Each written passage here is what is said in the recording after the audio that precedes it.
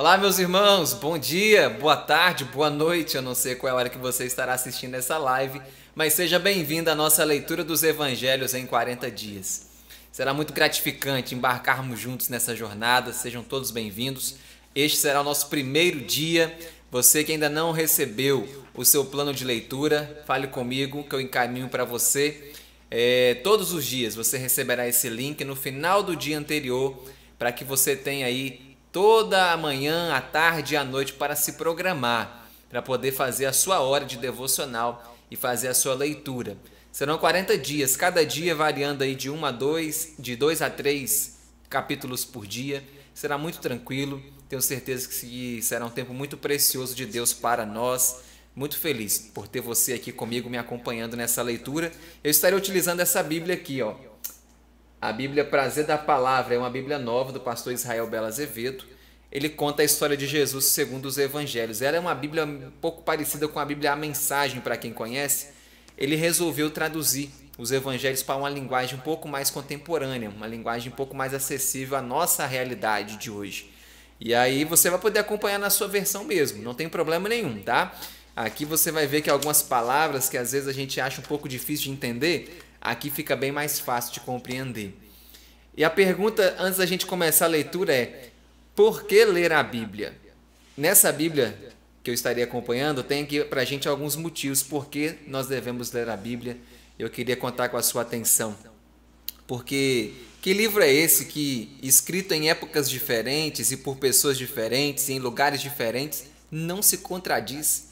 Que livro é este que, produzido em tempos tão distantes, oferece informações que permanecem tão atuais como as notícias que circulam instantaneamente pelos meios de comunicação? Que livro é esse, cujos ensinos nos mostram quem somos e nos apontam para o que podemos ser, como se tivesse sido preparado exclusivamente para cada um de nós? Que livro é esse cujas páginas exalam promessas de vida que se cumprem linha por linha? Que livro é esse que nos dá a triste notícia de que somos pecadores e, por essa razão, o mundo é o que os nossos olhos veem e os noticiários mostram, mas nos descortina a boa nova que é a graça de Deus que nos livra do poder do nosso pecado? Que livro é esse que podemos ler como uma declaração de amor que Deus nos faz? Amor que nos convida à fé para receber a graça e que instila em nossa mente a esperança para a alegria de viver. Que livro é esse? Esse livro é a Bíblia. A Santa Bíblia, a Bíblia Sagrada, as Escrituras Sagradas, o livro inspirado por Deus, o livro iluminado que precisamos afirmar e reafirmar como sendo singular, e então amar, ler e seguir, admirar, compreender, refletir, a fim de que possa nos orientar, erguer, corrigir, salvar, suster e instruir. Nós temos muitos motivos e razões para lermos a Bíblia e apaixonarmos por ela. Quando lemos a Bíblia, nós escutamos Deus falando conosco. Quando buscamos orientação para a vida, encontramos na Bíblia as respostas que nós precisamos. Quando desejamos nos relacionar com Deus, a Bíblia nos ensina como orar. Quando percorremos as páginas da Bíblia, nós nos encontramos com pessoas reais, que exaltam a Deus e que reclamam dele, que acertam e erram. Gente como a gente. Este pormenor mostra que somos e como podemos ser. Quando sem rumo ou no rumo errado lemos a Bíblia e aprendemos a como viver, mesmo em páginas aparentemente enfadonhas, como aquelas dedicadas a genealogias, recenseamento, legislações, ainda assim. Quando precisamos de orientação das folhas da Bíblia, saltam placas que nos orientam nas estradas da vida. Quando meditamos na Bíblia, sentimos o amor de Deus expresso com letras gigantes. Quando nós prestamos atenção e nos dispomos a viver uma grande vida, nós somos, na Bíblia, desafiados a amar o nosso próximo, embora isso seja contra a nossa natureza, concentrada em satisfazer apenas as nossas próprias necessidades. Quando nós abrimos a Bíblia, vemos que Deus nos garante um final feliz em todas as suas linhas, especialmente nas últimas, apresentadas no livro de Apocalipse.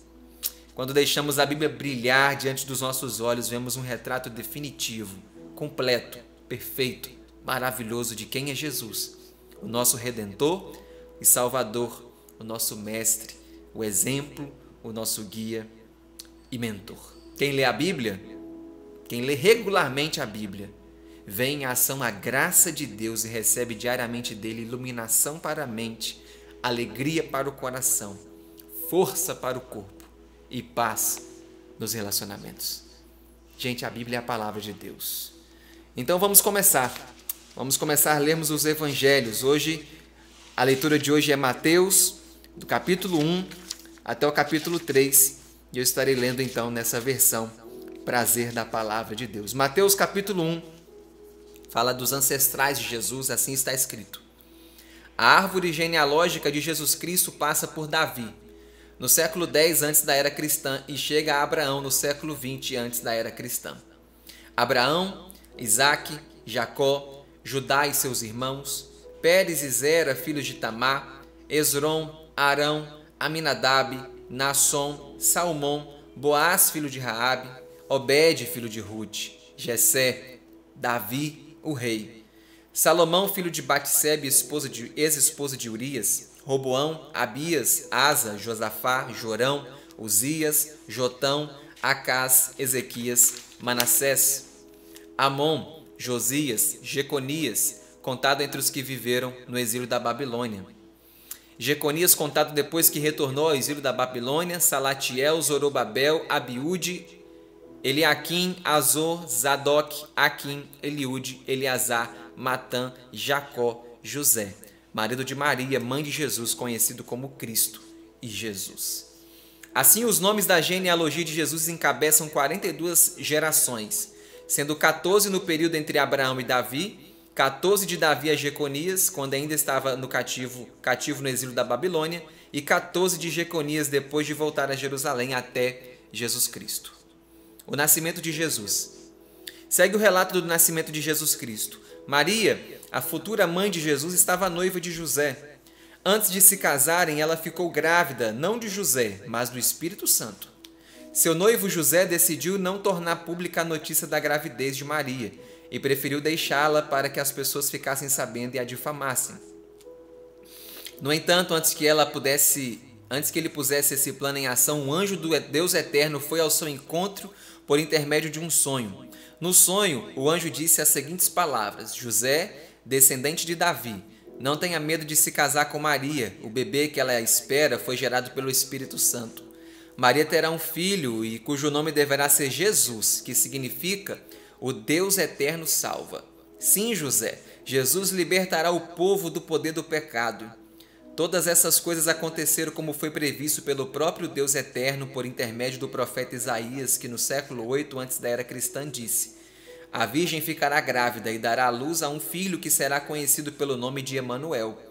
Emanuel é uma palavra hebraica que significa o Deus Eterno está conosco. Quando acordou, José agiu exatamente como o anjo do Deus Eterno havia dito. E ele se casou com Maria, mas não teve relações sexuais com ela, até o nascimento do bebê. Quando o menino nasceu, José o registrou com o nome de Jesus. Segundo o calendário que se tornaria padrão, o nascimento de Jesus ocorreu por volta do ano 5 antes da era cristã. Capítulo 2 de Mateus. Jesus nasceu em Belém, uma cidade da Judéia. Nesse tempo, Herodes o Grande, que viveu entre os anos 72 e 4 da era cristã, era o rei da região. Seu palácio principal ficava em Jerusalém. Por essa época, chegaram à cidade de Jerusalém uns estudiosos vindos do Oriente. Como não sabiam onde Jesus tinha nascido, puseram-se a perguntar: Onde podemos encontrar o rei dos judeus que acabou de nascer? Nós vimos a estrela dele e estamos à sua procura para lhe prestar as devidas homenagens. Quando ouviu essas palavras, Herodes o Grande ficou apavorado. Na verdade, toda a cidade de Jerusalém ficou agitada. O rei mandou chamar os dirigentes religiosos, bem como os teólogos de Israel, para que esclarecessem onde o referido Cristo, ou Messias em hebraico, deveria nascer. A resposta deles foi clara: o menino deveria nascer em Belém, como fora anunciado no século 8 da era cristã pelo profeta Miqueias. Quanto a você, Belém, terra de Judá, não duvide do seu valor, saiba que de você sairá o grande pastor, aquele que de todo o meu povo irá cuidar.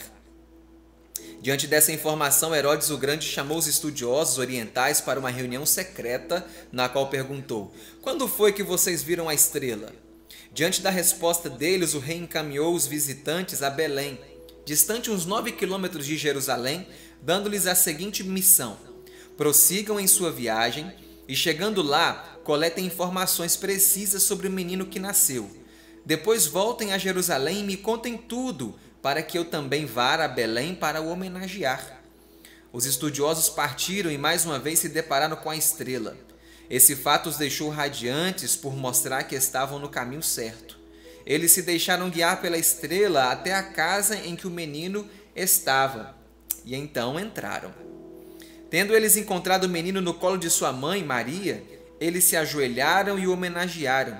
Em seguida, abriram suas malas e entregaram ao menino os pacotes que tinham trazido contendo ouro, incenso e mirra.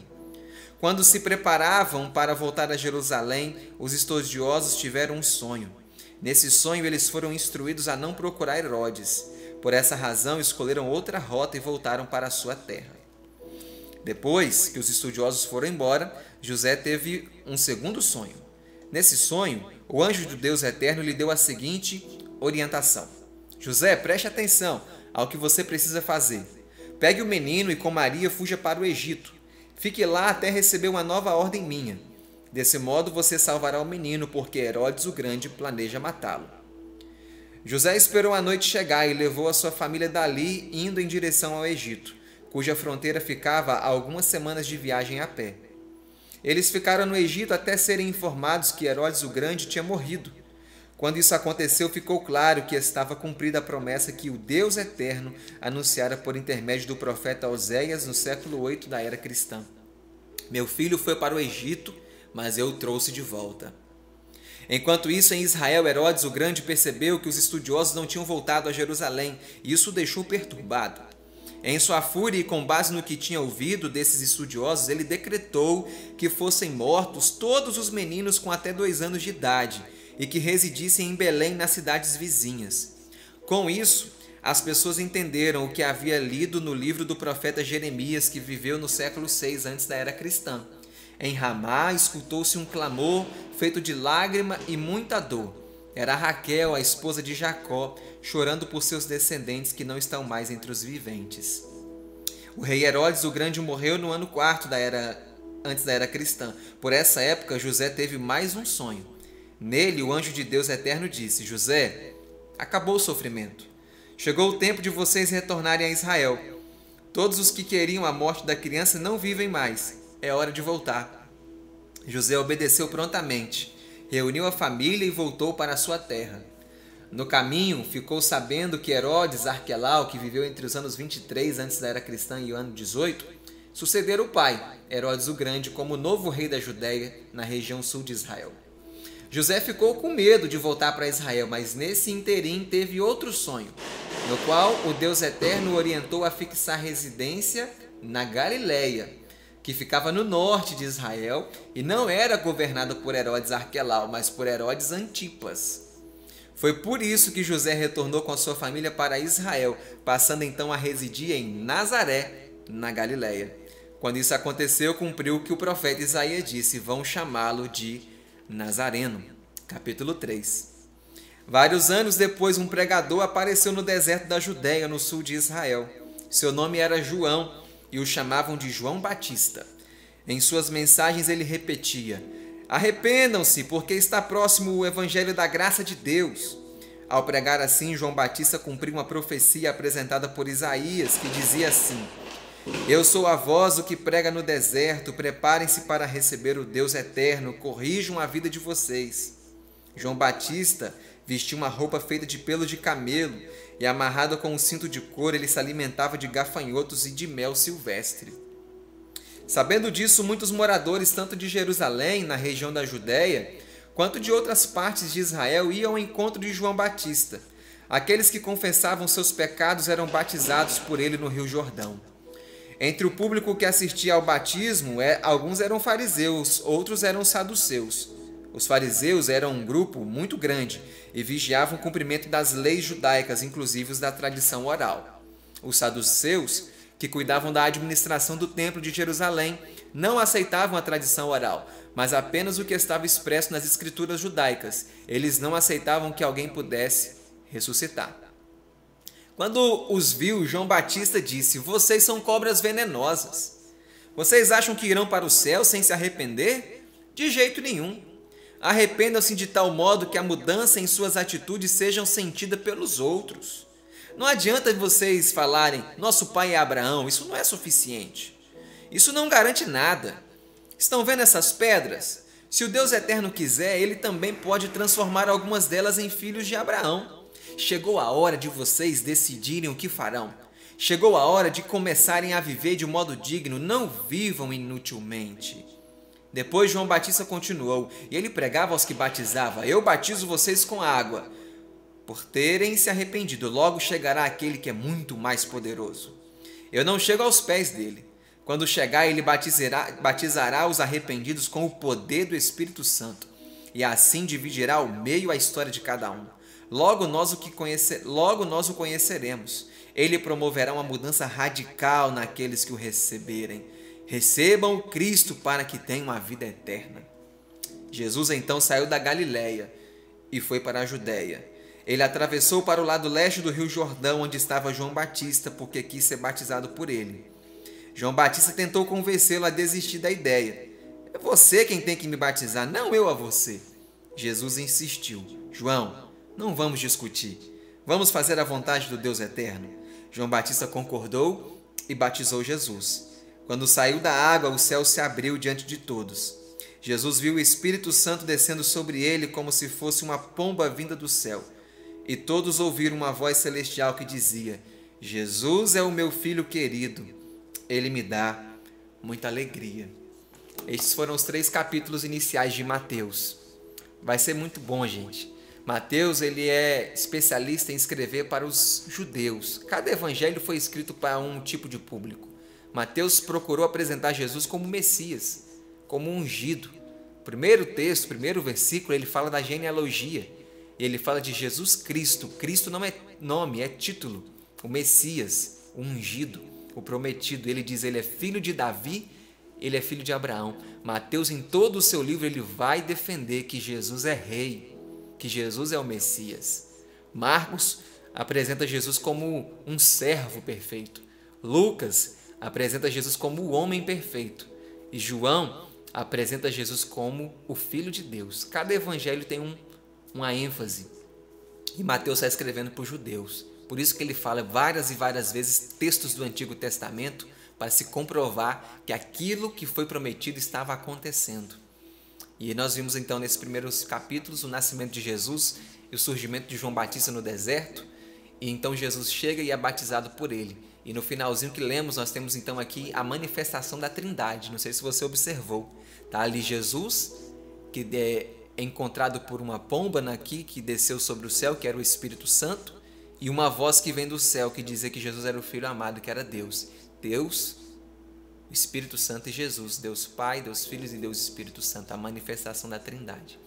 Então, esses foram os 3 primeiros capítulos. Amanhã nós entraremos então no Mateus, o capítulo 4, 5 e 6. Falaremos sobre a tentação de Jesus e um pouco mais. Eu espero que você esteja aproveitando esse tempo. Tire toda a distração, se concentre. Vai fazer muita diferença na sua vida ter esse tempo. Que Deus te abençoe. Um ótimo dia, uma ótima noite para você, independente do horário. E até amanhã, se Deus quiser. Um grande abraço, fiquem com Deus.